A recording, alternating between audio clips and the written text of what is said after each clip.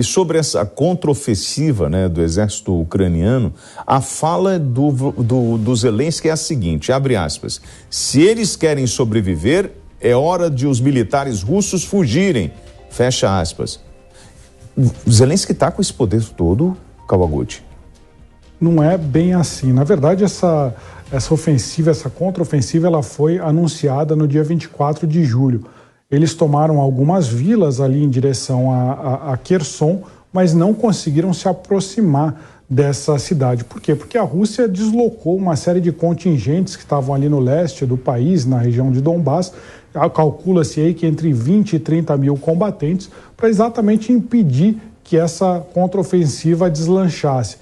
A novidade que tem hoje é que, segundo os ucranianos, eles conseguiram romper em alguns pontos a linha de defesa russa, aí conseguindo avançar em direção a Kherson. Já os russos falaram que, eles não confirmaram nem negaram, mas falaram que os ucranianos levaram pesadas baixas no dia de hoje. Então é muito provável que sim, de fato, a ofensiva tenha sim intensificado, mas a gente não sabe ainda quanta força que ele tem. Não é tão fácil quanto o Zelensky está falando. Os russos, apesar dessa ser a posição mais frágil deles, eles não vão deixar ela cair assim de forma tão fácil. Acho que sim, vai ser uma batalha muito dura, aliás, já está sendo há diversas semanas, mas parece que agora a diferença é essa ofensiva que conseguiu romper linhas de defesa em alguns pontos. A gente já começa, Conrado, a ver algumas imagens desse confronto mais direto entre os exércitos, coisas que nós víamos somente através de bombas caindo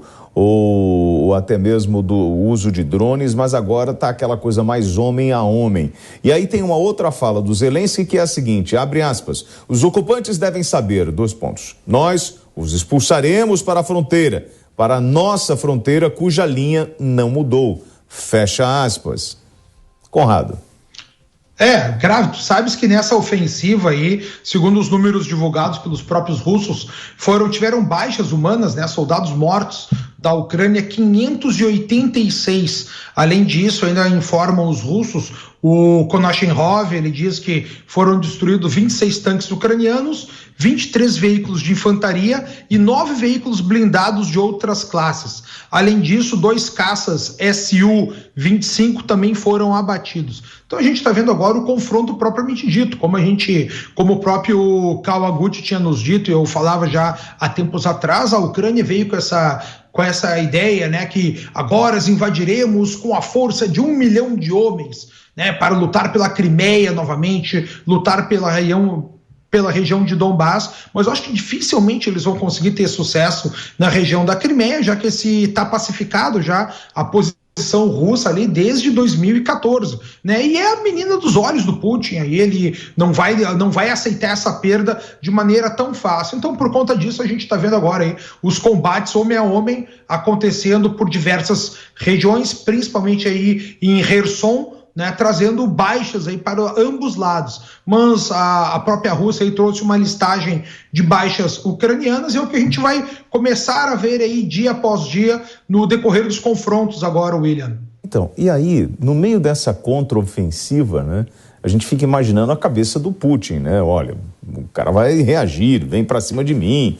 Não, a Rússia disse que lançará exercícios militares abrangentes, junto inclusive com as forças da China para mostrar laços de defesa cada vez mais estreitos entre Moscou e Pequim em meio à guerra da Ucrânia. O exercício Vostok 2022 será realizado de 1º a 7 de setembro em vários locais no extremo oriente da Rússia e no mar do Japão e envolverá mais de 50 mil soldados e 5 mil unidades de armas, incluindo 140 aeronaves e 60 navios de guerra. Ou seja, o Putin não está preocupado com a contraofensiva do Zelensky. Ele tem muitos soldados ali para usar. A gente lembra que esses exercícios eles vão acontecer bem longe da Ucrânia, da linha de batalha da Ucrânia. Eles vão acontecer na Sibéria, eles vão acontecer próximos ao Mar do Japão e principalmente ali onde a Rússia tem fronteira com a China. E se a gente lembrar, o exército russo, ele tem cerca de 900 mil combatentes na ativa, Foi agora aprovado na semana passada um aumento de 10%, então eles vão ter mais de 1 milhão de combatentes. A gente lembra que a ofensiva na Ucrânia ela começou com entre 200 e 300 mil homens. Então ele tem muito ainda, tem muita força que ele pode usar. É muito provável que esse exercício com a China seja mais um recado político, falar, olha, nós estamos bem próximos dos chineses, não venham mexer com a gente. É mais esse recado do que esse exercício possa, por exemplo, os chineses entrarem em combate contra ucranianos. Isso é muito pouco provável. Parece mais uma tentativa de dar um recado para o mundo do estreitamento dessa parceria entre China e Rússia. E a gente lembra que o Putin ele tem muitos recursos que ele não tem usado. Por quê? Porque ele não quer escalar a guerra, com medo aí de perder popularidade interna, porque você vê aí os conscritos, as famílias tendo que mandar seus filhos, mesmo num governo autoritário, ele tende a perder popularidade. Ele também tem medo de que a OTAN entre nesse conflito, então ele está agindo com bastante cautela. Mas assim, para ele dinheiro não é problema, né, Fernando Conrado? Dinheiro, vidas, assim, eu vou fazer uma manobra militar junto com a China, estou lá com a minha ofensiva na Ucrânia. Ou seja, não mostra uma certa tranquilidade que chega a assustar a gente? Tranquilidade das alianças que ele vai fortalecendo.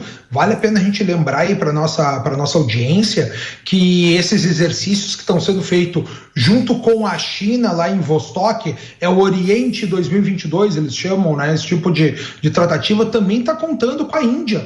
Né? E além de outros países ali como a Síria, a própria Argélia, Mongólia, Nicarágua, Laos e Azerbaijão, porque a Rússia tem uma espécie, entre aspas, né, óbvio, relevando as proporções da sua própria aliança ali de apoio das nações, né? Que são e aí quem é que está nesse bloco com eles? Está a Armênia, está a Belarus, que é a Bielorrússia, está o Cazaquistão, está o Quirguistão, está o Tajiquistão, então todos eles fazem parte da organização do Tratado de Segurança Coletiva.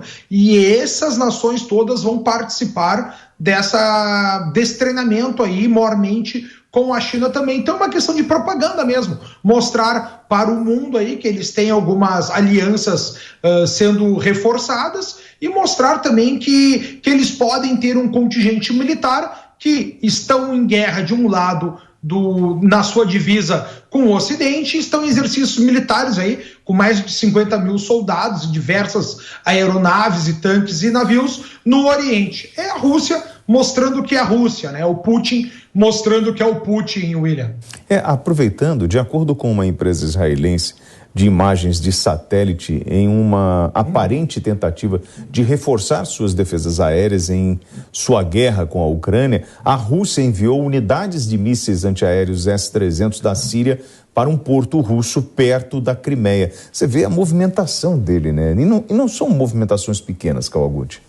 Esses S-300, eles são baterias antiaéreas.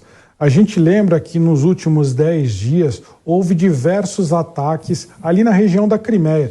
A gente teve na base de Saki, a gente teve perto de Sevastopol, em diversas regiões, diversos vilarejos ali. A Crimeia é extremamente importante estrategicamente para o Putin. E parte desses ataques foram feitos, acredita-se, por drones ou por ataques de mísseis dos ucranianos. Então, faz sentido para o Putin levar essas baterias antiaéreas para defender a Crimeia desses ataques de drones, desses ataques de mísseis. Acredita-se até que os ucranianos modificaram mísseis que são usados contra navios para atacar bases como a de Saki, porque eles têm um raio de alcance muito maior do que os mísseis convencionais para atingir objetivos em terra. E outra notícia que saiu é que o Putin teria levado muito prejuízo com esses ataques dos ucranianos, perdeu uma boa parte dos aviões de combate que estavam estacionados na Crimeia. Então, outra notícia que a gente não consegue confirmar, mas que foi divulgada, confirmar de forma independente, é que foram retirados muitos aviões russos ali da Crimeia, porque eles estavam vulneráveis a esse tipo de ataque. Então, eles estão retirando os aviões e colocando defesa antiaérea. Isso mostra que foi bastante efetivo os ataques dos ucranianos com mísseis e drones nessa região nos últimos dias. Lembrando, Conrado, que esse resultado supostamente positivo para os ucranianos está muito relacionado à ajuda que o ucraniano está recebendo das forças especiais americanas, britânicas, e a gente já chegou a abordar esse tema aqui, né? É, verdade. Os próprios britânicos como um todo já estão com parte da sua inteligência em território, até mesmo questiona isso aí, até mesmo dentro de território russo, para ver o nível da escalada desse combate. Só para voltar um pouco sobre a Vostok 2022, em 2018 a gente teve esse mesmo tipo de exercício, ele é feito continuadamente a cada determinado par de anos aí, e naquela época eles chegaram a ter os exercícios com 300 mil soldados, William. Então só para saber que agora então está tendo 50 mil, que para nós é um número exorbitante, né? Mas é muito menos aí do que já tiveram outras vezes. E o Kawaguchi muito bem lembrou, a gente discutiu semana passada, que a Rússia teve aí um acréscimo nas suas forças no seu contingente militar. E aí a gente está vendo, como tu bem falaste, que a Ucrânia está tendo apoio não só militar, como a gente viu o Bassani falando em relação à Alemanha, mas em armas, principalmente em inteligência. Inclusive, nesse caso aí da usina de Zaporizhzhia, eles viram os buracos com drones, né? Eles viram buracos no teto, e aí a Agência Internacional de Energia Atômica foi chamada para fazer essa verificação e acabou constatando aí que eles estão vivendo um risco muito grande, já que a Ucrânia e a Rússia estão em permanente conflito aí, sempre lembrando aí para quem está nos ouvindo que essa usina aí foi tomada ainda em março desse ano, aí há praticamente 5 meses atrás, e é um dos xodós da Ucrânia, já que produz uma grande carga, uma alta carga de energia, e a Rússia está tentando agora tomar essa energia para si, já que os cabos de condução para o oeste da Ucrânia acabaram sendo aí destruídos todos, né? Então agora a Rússia está tentando se beneficiar de toda essa energia aí, William. Atenção, Rede Jovem Pan, agradecendo a sua audiência. Olha a hora certa, são 11h53. O chefe da política externa da União Europeia disse que é improvável que os ministros das Relações Exteriores da União Europeia apoiem por unanimidade a proibição de vistos para todos os russos quando se reunirem no final desta semana. Kawaguchi. Essa é uma medida muito polêmica, né? Você proibir os cidadãos russos de entrar em países europeus. A gente já viu algumas coisas acontecendo, a gente já viu turistas russos que foram, por exemplo, impedidos de entrar em monumentos na França. Isso acaba alimentando mais o ódio entre russos e Ocidente. Você acaba penalizando cidadãos que não necessariamente, a gente não sabe se eles apoiam o regime russo. Mas tirando isso, a gente tem que lembrar que a maior parte da população russa, ela nunca saiu de dentro da Rússia. Então, esse tipo de sanção, ela tem um caráter de provocar, de tentar limitar a movimentação de cidadãos mais ricos, cidadãos mais influentes da Rússia, mas ela não vai ter um efeito tão grande contra a massa da população russa, que dificilmente nunca saiu e dificilmente vai sair de dentro do país para visitar a União Europeia, por exemplo. Conrado. É a questão dos resultados dessa guerra de agressão que a Ucrânia está tendo com a Rússia hoje em dia aí, e aí a Europa como um todo acaba entrando nessa propaganda aí e entrando numa russofobia, vamos dizer assim, né, deixando mais escanteada a população russa. Eu acredito que não vai acontecer, tá? Minha visão particular é que a Europa como um todo também não pode abrir mão, porque muito dinheiro circula dos turistas russos, em que pese pouca parte da população viajar, igual o Brasil aqui, mas esses russos aí consomem bastante por todos os paraísos turísticos da Europa, como a Côte d'Azur, a Sardenha, a Mônaco, né, a Riviera Italiana. Eles estão sempre deixando muita parte do seu dinheiro por lá. Então, dentro dessa política aí, por mais que a gente já viu alguns países divisórios com a Rússia, ali, como é o caso da Finlândia, querer encrencar com os vistos. Eu, particularmente, não acredito que a Europa como um todo vai banir os vistos e o tráfego de turistas russos pelo continente europeu, William. Agora, a gente acompanhando a guerra, né, para além do confronto entre exércitos, nós temos algumas histórias que vão surgindo, né, a respeito de espiões, de algumas personalidades. Segundo, por exemplo, os investigadores russos, o ex-deputado ucraniano Alexei Kovalev, anteriormente ligado ao grupo parlamentar do presidente Volodymyr Zelensky, mas que passou para o lado das forças de ocupação russas na província de Kherson, foi assassinado a tiros. O ataque foi cometido em sua residência em 28 de agosto. Uma jovem que vivia com o falecido também foi vítima dos assassinos, Kawaguchi. Essas são típicas ações de partisans, ou seja, guerrilheiros. São combatentes, parte deles aí a própria população da cidade, outros que são combatentes militares ucranianos que se infiltram, não necessariamente moram nessa cidade, mas vão lá para organizar esses guerrilheiros, e esses guerrilheiros fazem ação de resistência. Esse é um típico trabalho de forças especiais, multiplicação de força. Você chega no terreno, recruta uma série de pessoas que moram lá e ensina eles, dá armas para que eles combatam o invasor. Essa é uma das fases da guerra, é a fase que a Rússia tenta estabilizar o terreno.